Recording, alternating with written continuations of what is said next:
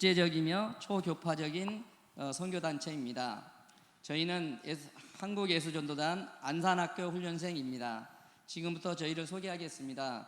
저는 안산 동산교회에 다니고 있으며 장규만 집사입니다. 저의 가족은 두 딸과 아내가 있으며 직업은 회사원입니다. 제가 이 팀에서 담당하고 있는 직임은 리더입니다.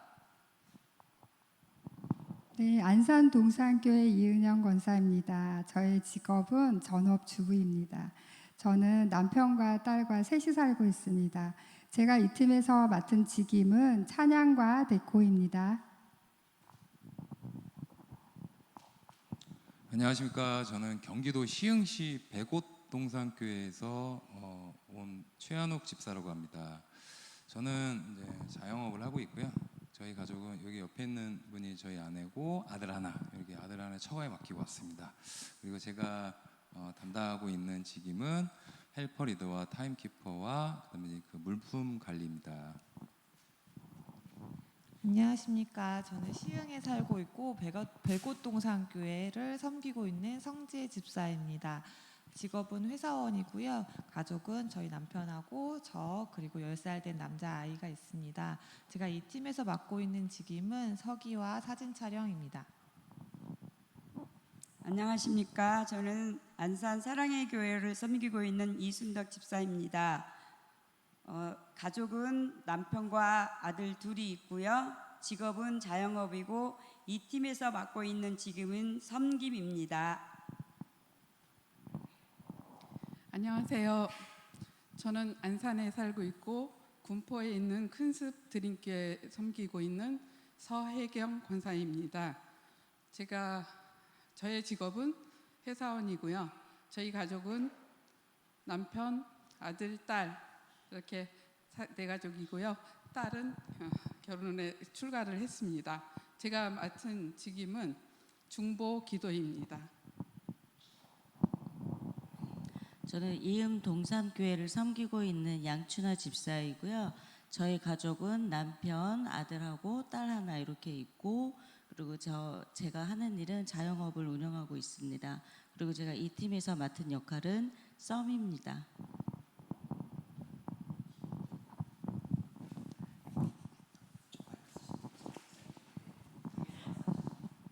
저는 안산 동산교회에 다니고 있는 집사 이미원입니다. 직업은 회사원이고요. 남편과 아들 둘 잘 살고 있습니다. 제가 이 팀에서 맡은 직임은 회계입니다. 안녕하세요. 저는 안산 동산교회를 섬기고 있는 양기명 집사입니다. 저는 아들하고 둘이 살고 있고요. 직업은 주부입니다. 이곳에서 섬기는 것은 맡은 직임은 정탐꾼과 작업입니다. 감사합니다.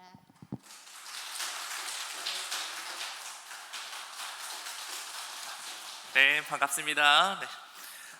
이제 화요일까지 계시는데요. 특별히 월요일에 아침 10시에 이 금방을 이제 전도하신다고 하더라고요. 혹시 우리 성도님들 함께 나오셔서 또 전도하실 수 있는 분들이 좀 이 주변 지역은 잘 모르시니까 알려주시면서 우리 전도할 수 있는데, 저희 교회 전도 지도 하시면서 저희 교회로 이렇게 전도할 수 있게끔 도와주실 거니까요. 함께 하실 수 있는 분들은 참여할 수 있었으면 좋겠습니다. 우리 다시 한번 환영의 박수 한번 쳐드릴까요? 네, 감사합니다.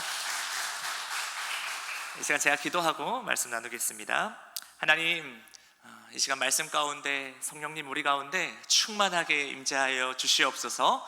감사드리며 예수님의 이름으로 기도했습니다. 아멘. 네, 아까 소개를 듣다 보니까 이제 10살 아이를 놓고 오신 것 같은데 걔는 어떻게 해요? 할머니가 봐주시나? 그러시군요. 저도 그런 날이 속히 오기를. 저도 너무 부럽네요. 이렇게 저도 이런 거 해보고 싶었는데 나중에 그렇게 할 수 있는 날이 올 수 있으면 좋겠네요. 네. 우리가 신앙생활을 하면서 우리 하나님의 은혜가 너무 크고 하나님이 주신 복이 너무 크다라고 감사하며 살아갈 때도 있지만, 인생의 어느 순간에는 하나님께서 뭔가 나를 죽이려고 달려드는 그런 적처럼 나를 너무 힘들게 하실 때가 있는 것 같습니다. 오늘 이 본문도 보면요, 야곱이 야복나루에서 하나님과 씨름하는 우리 기독교인들에게는 매우 유명한 이야기의 본문입니다. 모르시는 분들은 없을 것 같은데요, 일반적으로 우리가 이 본문을 야곱이 이제 천사와 씨름을 했는데 야곱이 축복받을 때까지 끈질기게 기도하니까 하나님이 야곱의 기도에 지치셔서 축복받았다는 내용으로 보고, 결론은 하나님이 축복하실 때까지 우리가 끝까지 기도하면 하나님 축복받는다라는 그런 해석이 지금까지 많은 우리 설교의 메시지였었던 것 같습니다. 그런데 이 본문을 너무 또 이렇게 좀 단순하게만 보지 말고 조금은 새로운 시각으로 이 본문을 볼 수 있었으면 좋겠다 생각이 들었습니다. 그래서요, 먼저 이 본문을요, 그 종교개혁자 루터는 이 야곱이 천사와 씨름을 한 것이 아니라 하나님이 야곱에게 씨름을 걸어 야곱이 하나님과 씨름을 한 것이라고 해석합니다. 이게 좀 비슷한 말 같은데 정말 좀 다르죠? 또 말장난 같지만 이게 야곱이 먼저 씨름을 걸었다는 전제와 하나님이 먼저 야곱에게 씨름을 걸었다는 전제로 시작하면요, 그 후에 전개가 정말 달라집니다. 그런데 이제 저는 오늘 이 하나님이 먼저 야곱에게 씨름을 걸었다는 전제로 오늘 좀 설교를 이어가려고 하는데요, 거기에다가요, 이 스토리는요, 이 이야기는 실제로 이해하기 어려운 대목이 한두 가지가 아니에요. 여러분도 같이 한번 생각하면서 오늘 말씀을 좀 봤으면 좋겠는데요, 하나님이 먼저 야곱을 공격했다고 했잖아요. 하나님이 야곱을 공격한 이유가 무엇일까? 그냥 전에 아브라함에게 하셨던 것처럼 그냥 낮에 천사의 모습으로 나타날 수도 있고, 이전에 이제 베델처럼 그냥 꿈에서 나타나실 수도 있고, 어쨌든 지금까지 이 야곱의 악함에도 불구하고 신실하게 야곱을 인도하신 그 하나님이 왜 갑자기 야곱을 공격하신 걸까? 본문을 자세히 보면요, 지금 야곱의 상황이 어떤 상황이냐면 자신을 평생 증오하고 나를 죽이려고 하는 자기 형 에서를 만나기 전날입니다. 이게 우리가 이제 남일이라 그렇지 이게 내일이라고 생각하면 정말 이게 너무나도 긴장되고 초조한 저녁이거든요. 좀 이 본문을 볼 때 우리의 감정도 한번 이입해서 생각해 보시면 좋을 것 같은데요, 내일이면 평생 내가 두려워하고 정말 마주치지 않았으면 좋겠다는 그 사람을 만나는 날입니다. 그 전날 저녁에 이제 홀로 남아가지고 조금 마음을 이제 안정시키고 쉬고 싶을 그때에 갑자기 이제 뜬금없이 어떤 사람이랑 날이 새도록 씨름을 하고 있는 장면이 전개되는 거예요. 여기서 제가 퀴즈 하나 내도록 하겠습니다. 퀴즈 하나 드릴 텐데요, 야곱이 지금 자기의 침실, 어떻게 보면 안식처에 있는 거잖아요. 이제 자려고 쉬려고 그 안식처에 있는데 누군가와 이제 밤새도록 씨름을 해요. 밤새도록 싸워요. 그럼요, 이 공간적인 상황만 봤을 때 자기의 침실에 있는 야곱이 그 사람을 먼저 공격을 한 걸까요? 아니면 그 사람이 먼저 야곱을 공격한 걸까요? 전자입니까? 훈자입니까? 네, 맞습니다. 정답은 자기 침실에 있던 야곱이 공격을 당한 거죠. 자기 안식처에서 누군가를 공격하지는 않을 거 아니에요. 공격을 당한 거죠. 그런데 이제 이따가 보시겠지만 먼저 말씀을 드리면 그 야곱을 공격한 그 사람이 에서가 보낸 자객도 아니거든요. 누구였습니까? 나중에 보면 그게 하나님이셨습니다. 그러니까 하나님이 갑자기 야곱을 공격하신 거예요. 좀 쉬려고 하는 그 야곱을. 왜 그러신 걸까? 이런 거 생각 안 해보셨죠? 왜 그러신 걸까? 그냥 하나님이 시비 걸려고 공격하셨을까요? 어쨌든 이 성경 기자는요, 처음부터 그냥 우리도 딱 알아들을 수 있게 하나님이 공격하셨다고 하질 않고요, 그저 어떤 사람이 야곱과 씨름을 했다고만 표현하고 있는 이것들 왜 그런 걸까? 이런 생각이 드는 거죠. 한번 이거 보면서 알아보고 싶은 마음 들지 않으신가요? 그냥 우리가 지금까지 야곱이 하나님이 사람을 만나셨던 방법처럼 그냥 뭐 떨기나무 불같이 하나님의 위엄을 드러내시면서 야곱을 만나시면 되는데 굳이 왜 어떤 사람의 모습으로 야곱을 공격하시면서 만나신 걸까? 여러 가지 이제 궁금점들이 있습니다. 자, 한번 보시면요. 한번 25절에 보면 하나님이 밤새 씨름을 하다가 또 자기가 야곱을 이기지 못함을 보고라고 또 본문 말씀에 나와 있습니다. 이건요, 여기 계신 이제 그래도 신앙생활 오래 하신 분들이라면 분명히 이제 이해가 안 되셨을 부분일 겁니다. 예. 이거 너무 이해가 되지 않지 않습니까? 생각을 해보세요. 하나님이 밤새도록 씨름해가지고 인간에게 지는 게 여러분 좀 받아들여 주십니까? 예. 그리고 되게 황당한 게 그 뒤를 보면요, 자기가 야곱을 이기지 못함을 보고 또 한 번의 이 손놀림으로 야곱의 환두뼈가 위골되게 또 합니다. 그런데 왜 굳이 밤새도록 이 씨름을 하도록 야곱에게 허락을 했다가 왜 또 막판에 또 환두뼈를 위골시켰을까라는 또 물음이 드는 거죠. 그리고 또 26절 한번 보시죠. 이제 궁금한 점들, 의문점들이 이렇게 막 나열하고 있는 겁니다. 26절 보면 또 이것도 의문이에요. 그 사람이 이렇게 말을 해요. 내가 날이 새려하니 나로 가게 하라. 날이 새려하니 나로 가게 하라고 요청하고 있어요. 이것도 너무 이해가 안 되는 장면이지 않습니까, 여러분? 도대체 날이 새는 거랑 하나님이 가야 되는 것과 이게 무슨 연관이 있는 걸까? 그래서 하나님이 드라큘라도 아니시고 뱀파이어도 아니시고 해를 보면 안 되시는 건가? 저는 그런 생각이 들더라고요. 그래서 이 본문 관련해 가지고 이제 학자들이 얘기하는 거를 좀 들어보면요, 이 사람이 진짜 학자가 맞는지 뭐 의심 가는 의견들을 내놓는데 그들이 뭐라고 하냐면요, 하나님의 집에서 여기 온 이제 천사로 이제 표현하는 거죠. 하나님의 집에서 성가대를 하는 그 성가대 천사가 이제 뽑힌 거예요. 그래서 이제 하나님의 말씀을 수행하려 야곱에게 왔다가 아침에 성가대를 해야 되기 때문에 날이 새기 전에 가서 점호를 해야 돼서 빨리 간 거다. 뭐 그런 식으로 해석을 하는 분도 있는데 뭐 말도 안 되는 해석인 것 같습니다. 아무튼 이런 것들이 좀 궁금했던 것 같습니다. 그리고 이제 마지막으로 이제 궁금했던 게 그거였습니다. 야곱의 환두뼈가 위골됐잖아요. 야곱의 환두뼈가 이제 골절됐으니까 그렇게 따지면 야곱이 진 거 아닌가요?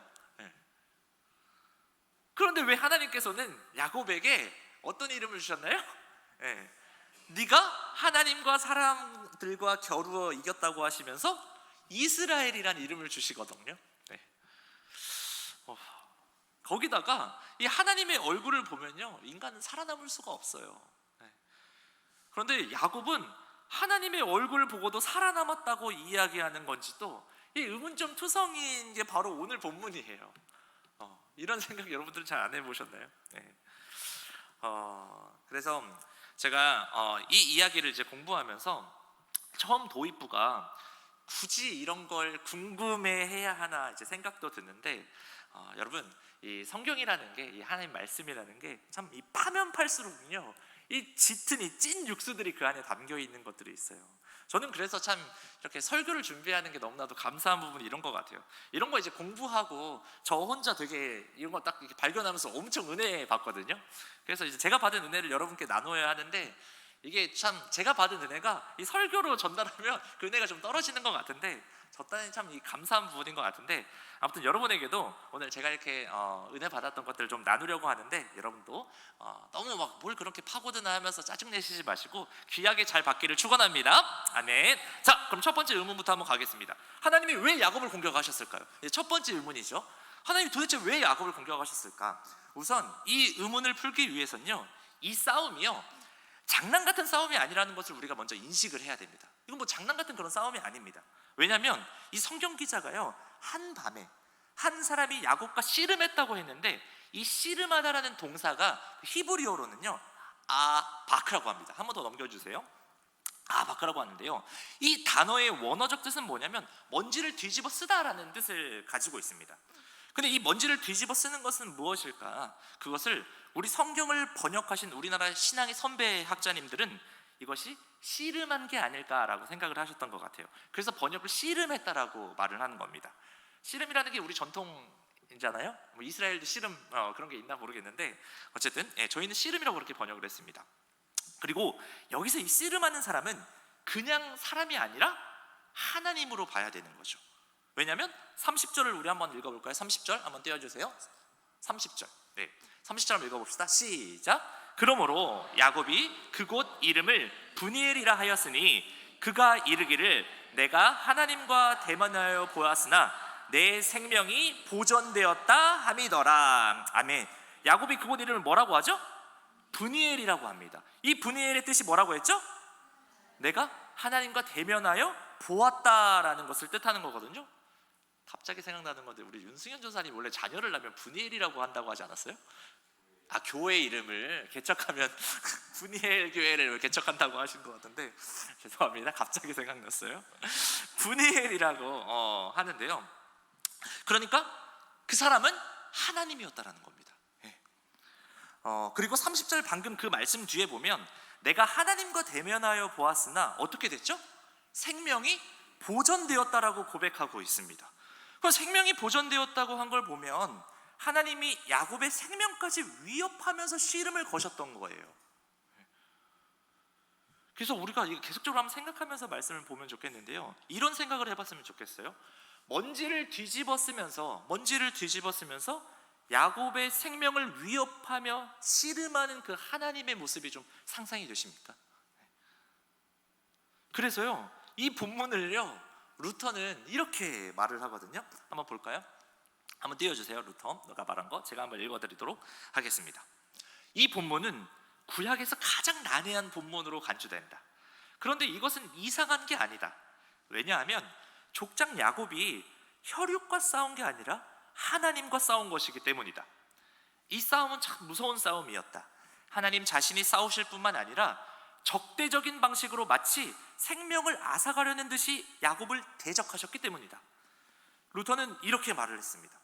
그렇다면 하나님과 야곱이요, 무슨 대화를 하면서 싸웠을까요? 그건 성경에 아무런 설명이 없기 때문에 무슨 대화를 나눴는지는 알 수가 없습니다. 그죠? 그냥 캄캄한 이 칠흑 같은 밤중에 느닷없이 어떤 사람이 공격을 해왔기 때문에 야곱은 그냥 말없이 목숨을 걸고 사투를 벌였는지 몰라요.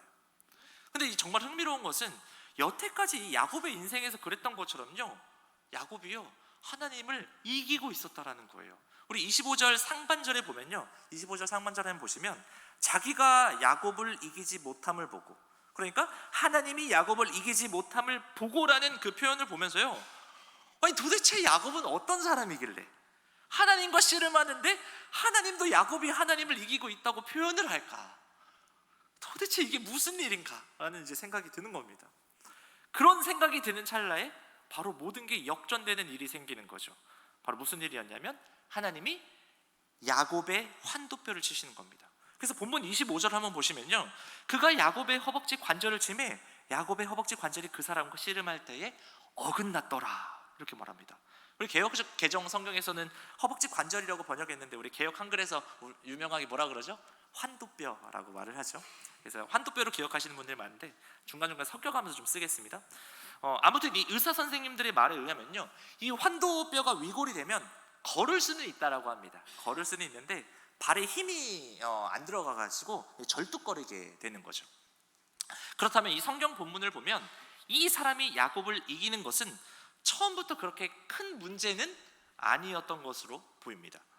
왜냐하면 이 히브리어로요, 성경에서 방금 여기 나오는 이 치다, 치매라는 단어가 나가라고 하는 그런 히브리어 동사인데, 이 단어가요, 치다라고 저희가 생각하니까 뭔가 우리가 스트라이크 막 칠 정도로 해가지고 엄청 뭐 세게 하는 그런 치매가 아니고요, 터치라는 의미로 해석을 하더라고요. 근데 여기서 놀라운 발견이 뭐냐면 이 치다라는 단어의 원어, 이 나가라는 단어가 언제 쓰였냐면 또 한 군데 쓰여지는데, 바로 넘겨주시면 에덴 동산에서요, 하나님께서 선악을 알게 하는 나무는 먹지도 말고 만지지도 말라고 했을 때 그 만지다라고 하는 단어가 오늘 보면 치다라는 단어와 같은 단어인 거예요. 잘 생각해 보셔야 돼요. 선악과를 따는데 선악과를 우리가 환도뼈를 확 때리듯이 그렇게 때리면 어떻게 되겠습니까? 그 열매를, 과일을 그렇게 다루면 안 되잖아요. 그러니까 이 낯선 자가 자기가 씨름으로 야곱을 이기지 못함을 보고 환도뼈를 탁 터치한 겁니다. 과일을 만진 듯이 그냥 만진 것입니다. 그런데 환도뼈가 위골되었고 끝내 야곱은 꼼짝도 못하게 된 거죠. 그러니까요, 결국 죽기 살기로 밤새 싸웠던 이 낯선 사람은요, 한 번의 그 손놀림으로 환도뼈를 위골시킬 정도의 강력한 신적 존재였어요. 그래서 여기에 메시지가 있는 겁니다. 그 메시지가 뭐냐면, 이 싸움은 처음부터 이렇게 끝나기로 작정되었다는 것을 발견할 수 있는 거예요. 어쩌면 야곱은 밤새 싸우면서 이 죽음의 사자의 얼굴을 느꼈을지도 모릅니다. 아, 이러다 내가 죽을 수도 있겠구나, 그런 생각이 들었을 거예요. 그런데 하나님은 야곱을 죽이기 위해 온 것이 아니었습니다. 하나님은 야곱이 죽음의 사자의 얼굴을 느꼈을 그 시점에 씨름의 손길을 멈추고 네가 하나님과 사람과 더불어 겨루어 이겼다고 선언하는 모습을 볼 수가 있거든요. 결국 이건요, 하나님은 싸움을 걸고 져주시고 끝내 야곱을 축복하시기 위해 이 씨름을 거신 것이었습니다. 여러분, 좀 이게 이해가 좀 되시나요? 좀 어려운 과정들을 거쳤지만 이게 너무 감동적이지 않으신가요? 우리 하나님이 이루어오셨던 거예요. 제가 좀 너무 감성적인 사람이라 이런 것을 보면 너무나도 감동이 되는데, 어쨌든 이를 근거로요, 이 루터는 하나님이 때로는 교회를 버리신 것 같고 우리 교회를 어지럽히는 그런 악한 적과 같이 우리 교회를 공격하는 것처럼 보여도 낭망하지 말고 견뎌야 된다고 설교를 합니다. 지금 우리의 상황들이 어쩌면 너무나도 어렵고 절망적이고 답이 없어 보이는 것 같지만, 그러나 이럴 때 의기소침하면 안 된다라는 겁니다. 하나님께서는 끝내 우리를 축복하실 것을 믿고 우리에게 주어진 그 씨름을 말씀과 기도로 승리하는 우리 큰빛교회가 되기를 축원합니다. 아멘. 다음으로 한번 두 번째 의문을 한번 풀어보도록 하겠습니다.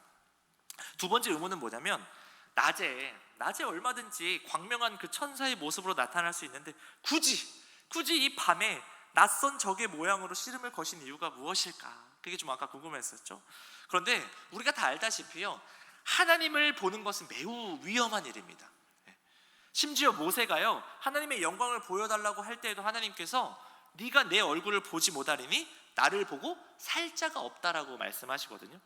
만약에 하나님이 한낮에 나타나신다면 그의 얼굴을 보는 사람은 누구나 죽을 수밖에 없기 때문에 이런 식으로는 하나님이 야곱과 씨름을 할 수가 없는 거죠.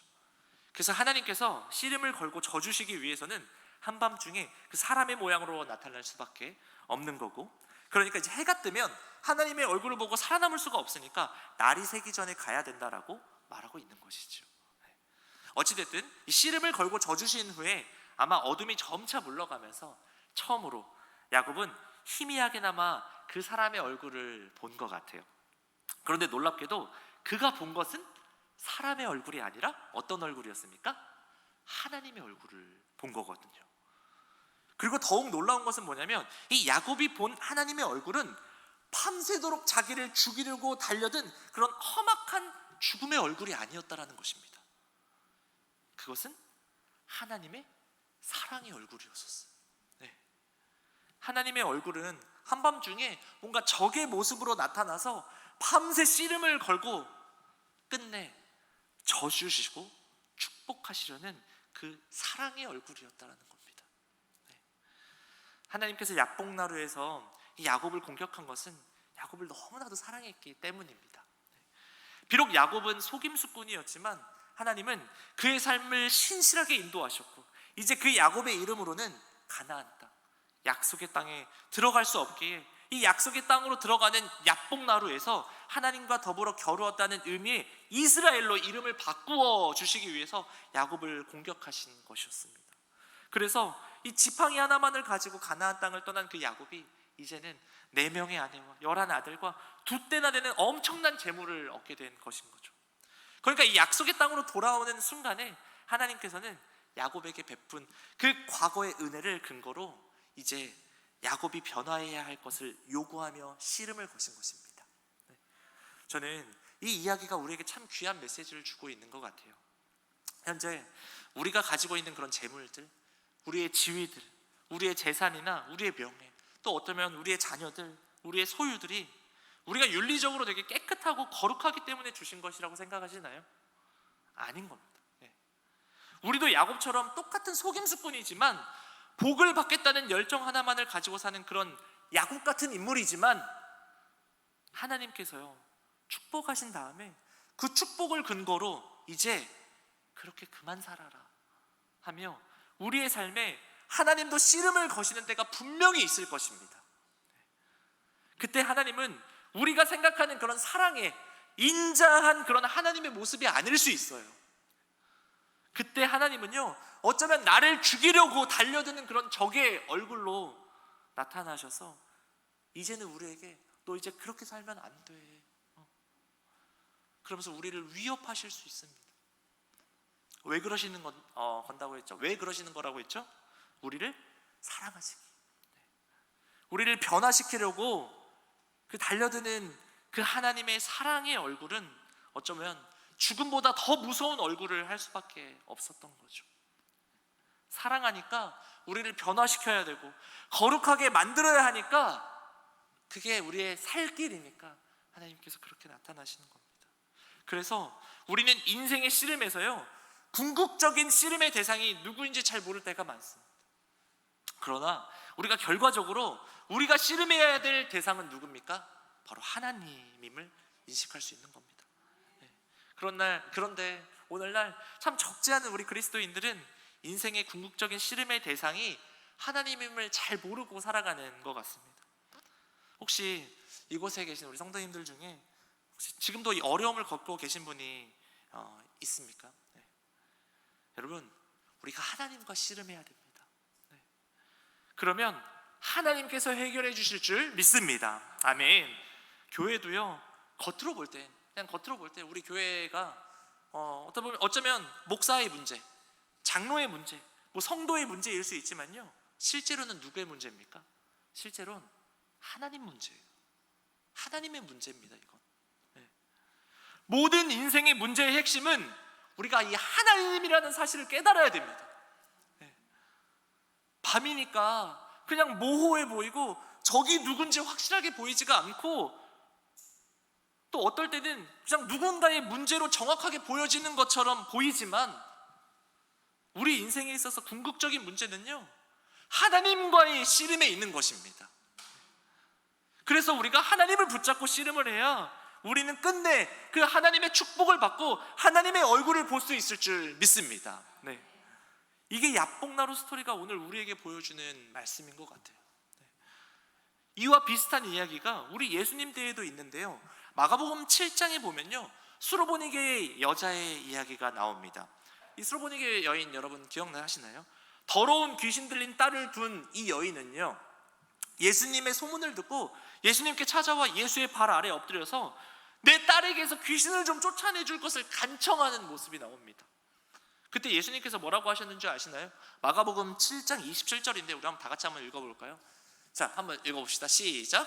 예수께서 이르시되 자녀로 먼저 배불리 먹게 할지니 자녀의 떡을 취하여 개들에게 던짐이 마땅치 아니하니라. 발 아래 엎드려 간구하는 이 여자를 대하는 예수님의 모습이 여러분 우리가 생각하는 예수님의 모습과 조금 다르지 않습니까? 예수님은요 모든 이들을 평등하게 대해주시는 분 아니었던가요? 약자의 편이신 분이 예수님 아니셨나요? 예수님 하면 우리 사랑의 예수님이라고 하잖아요. 인간을 위해 죽으신 그 정도로 인간을 사랑하시는 그 예수님이 이 불쌍한 여자, 내 딸이 악한 귀신 들려가지고 얼마나 힘든 세월을 보냈겠습니까? 그 여자의 유일한 소망이신 예수님께 나와서 뭐 다른 걸 부탁했습니까? 그냥 내 딸 위해서 간곡하게 뭐 돈을 주라고 한 것도 아니고 먹을 걸 달라 한 것도 아니고 그저 더러운 귀신 들린 저 어린 딸, 내 딸을 괴롭히는 저 귀신 좀 쫓아달라 하는데 예수님은 그 여자에게 내 자녀로 먼저 배불리 먹게 할지니 자녀의 떡을 취하여 개들에게 던짐이 마땅하지 아니한다고 그 사람을 개 취급하는 예수님의 모습을 여러분 좀 이해하실 수 있습니까? 예수님이 이런 분이신 거 여러분 알고는 계셨습니까? 이거 어떻게 설명하시겠습니까? 아무리 나중에 이 사람 고쳐주셨다고 해도 이 말로 상처받은 거 어떡합니까? 어떻게 할 거예요? 이런 거 보면요, 우리가 이해할 수가 없어요.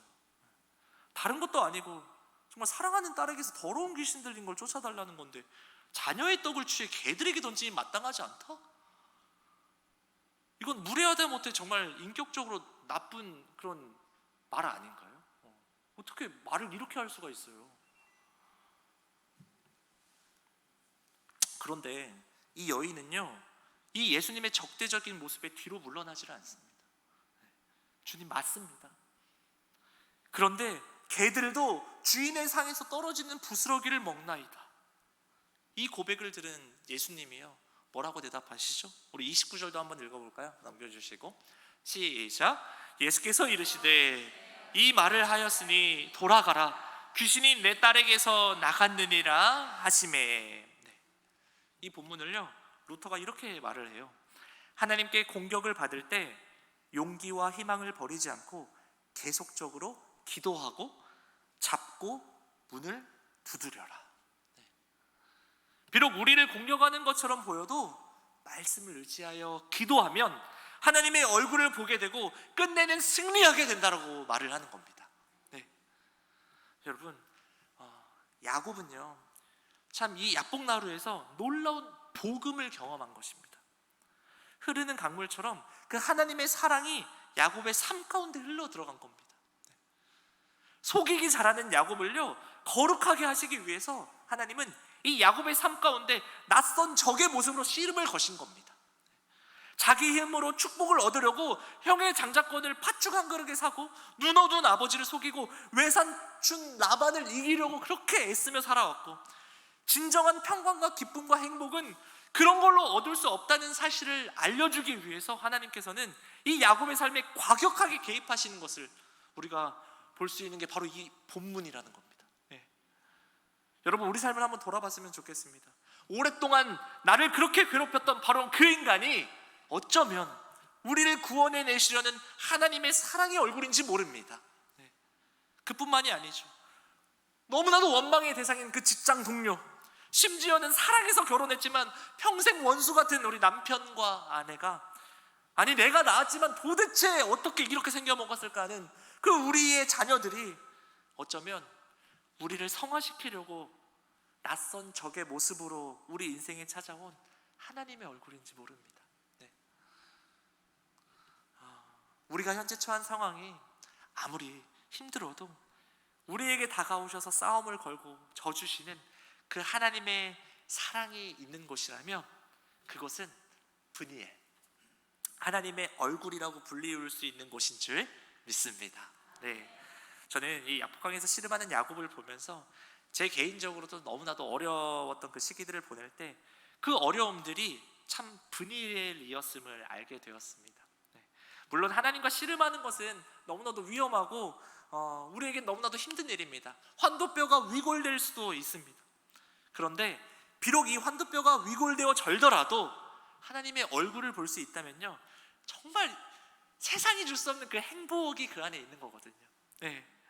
욥은요, 비록 모든 재산과 자녀를 잃었지만 하나님과 사투를 벌이며 씨름한 결과 욥기 42장 5절에서 이렇게 고백을 하거든요. 욥기 42장 5절 한번 읽어볼까요? 자, 욥기 42장 5절 한번 떼어주세요. 시작. 내가 주께 대하여 귀로 듣기만 하였사오나 이제는 눈으로 주를 배움나이다. 아멘. 오늘 이렇게 하나님을 예배하러 오신 우리 성도님들, 오늘 우리가 원하는 게 뭡니까? 지팡이 하나 가지고 고향을 떠났다가 내 아내와 11아들과 2대나 되는 엄청난 재산을 가지고 돌아오는 것이 혹시 우리들의 꿈인가요? 야곱의 이런 모습을 보면서 그거를 우리가 꿈꾸나요? 그런 걸 하나님 앞에 간구하지는 않나요? 그거 아니기를 축원합니다. 네. 우리 그리스도인들은요, 하나님과 씨름하고 하나님의 손맛을 봐서 나는 다리를 절뚝거리지만 하나님과 겨루어 이긴 승리자가 되고 하나님의 얼굴을 보는 자들이 되어야 할 줄 믿습니다. 네. 이것이 우리 예수 믿는 자들의 삶인 것입니다. 야곱은 환도뼈가 위골되어 절고 있었지만 하나님의 얼굴을 보았기에 이 세상에 무서울 게 없었던 것입니다. 그래서 야곱은 이 야복나루 사건 바로 직전에는요, 되게 비겁하게 가족과 가축 맨 뒤에, 그리고 내 가족들 뒤에 숨어 있었던 사람이에요. 이 전장 보시면 그런 이야기들이 나와요. 그런데 33장 3절에 보면요, 이제는 그들 앞에서 에서에게 나아가는 모습을 봅니다. 이 장면 다음. 그 전날 밤에 하나님과 겨루며 하나님의 얼굴을 보았기에 그전에는 형의 얼굴을 보는 게 너무나도 두려웠어요. 그런데요, 이 하나님의 얼굴을 보고 나서 어떻게 했습니까? 담대함을 얻은 거예요. 죽음보다 무서웠던 그 얼굴, 그게 에서를 만나고 에서의 얼굴이 어떻게 보였다고 했어요? 형의 얼굴을 보니 하나님의 얼굴을 보는 것 같다. 이렇게 고백하는 걸 봅니다. 이 모습을 보면요, 내 삶의 때로는 적처럼 과격하게 침투해 들어오시는 그 하나님을요, 비로소 우리가 이해하게 되는 것 같습니다. 겉으로는 우리에게 불리하게, 때로는 적처럼 과격하게 공격해오는 그 하나님의 모습이 실제로는 우리를 구원하시고 우리를 변화시키시고 우리를 거룩하게 하시는 그 목적이 있음을 우리가 깨닫게 되는 것입니다. 그러기에 우리도 이 야곱처럼 하나님을 봐야 됩니다. 이렇게 사람과의 관계가 아니라 하나님의 관계로 인생의 문제를 씨름할 때 비로소 우리 속에 있는 그런 어려움, 가난과 질병과 여건과 이 삶의 고통이요, 하나님의 얼굴을 볼 때 우리의 모든 것이 해결되는 것입니다. 우리 한 주간 살아갈 때 그 하나님의 얼굴을 볼 수 있는 우리 성도님들, 그리고 제가 되기를 예수 그리스도의 이름으로 축원합니다. 기도하겠습니다. 하나님, 적처럼 다가와 씨름을 거시는 하나님과 밤새도록 씨름하여 환도뼈가 위골되더라도 하나님과 겨루어 이긴 자라는 이스라엘, 그 야곱의 모습처럼 우리도 그 하나님의 얼굴을 볼 수 있는 우리가 되기를 소망합니다. 주님, 주님을 바라며 주님의 얼굴을 구하며 살아가는 이번 한 주간 될 수 있도록 성령님 우리 가운데 함께하여 주시옵소서. 감사드리며 예수님의 이름으로 기도했습니다. 아멘. 괴로울 때 주님의 얼굴 보라 함께 찬송하시겠습니다.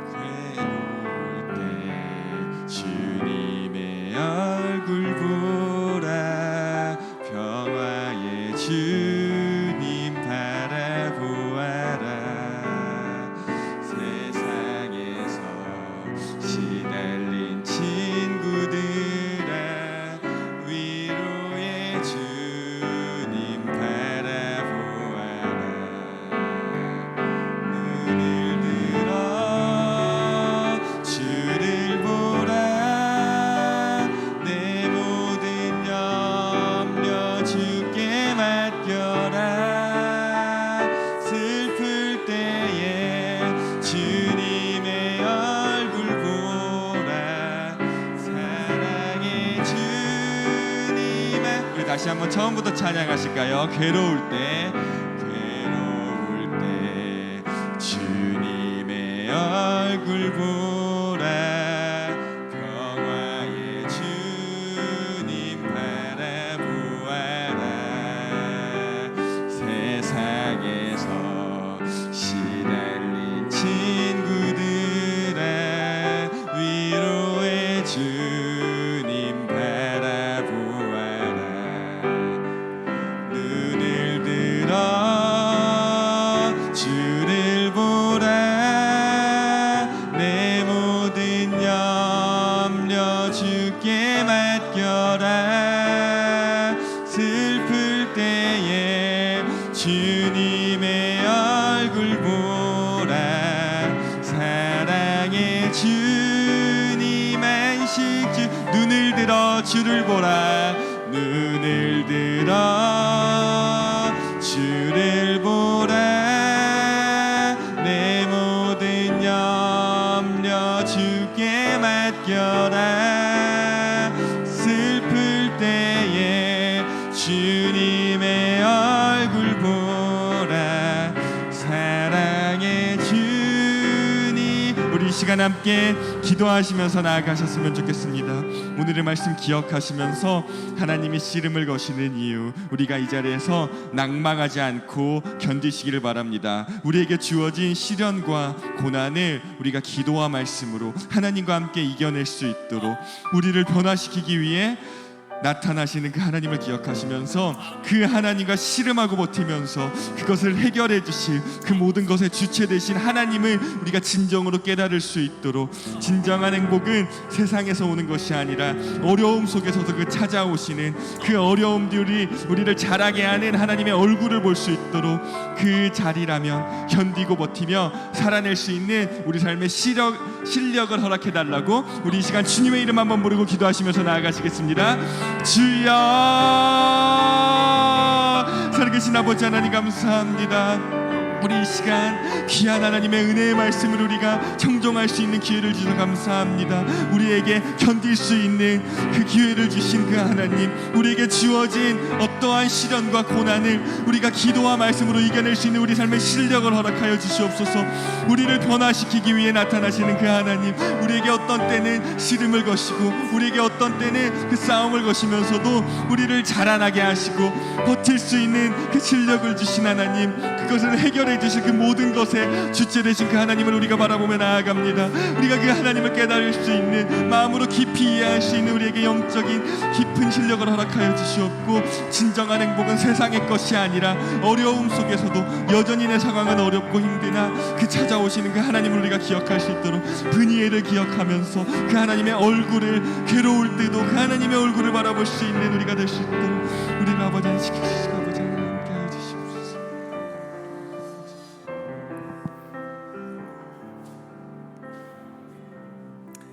제가 봉헌 기도하고 축도로 예배를 마치겠습니다. 하나님 감사합니다. 오늘 우리에게 말씀하여 주신 그 말씀을 우리의 삶 가운데 하나님의 얼굴을 구하며 그 얼굴을 대면하는 자 될 수 있는 우리 성도들 될 수 있도록 주여 함께하여 주시옵소서. 오늘 또 이렇게 하나님 앞에 나와 시간과 마음과 정성을 다하여 또 이렇게 예물을 준비하며 드린 손길들을 주님께서 기억하여 주시옵소서. 이 예물이 이 강단까지 올라오기까지의 동기를 아시는 주님, 이 모든 물질이 하나님께로부터 왔음을 인정하며 하나님 찬양하며 감사하며 그 은혜를 고백하며 믿음을 고백하며 드리는 물질 되게 하여 주시옵소서.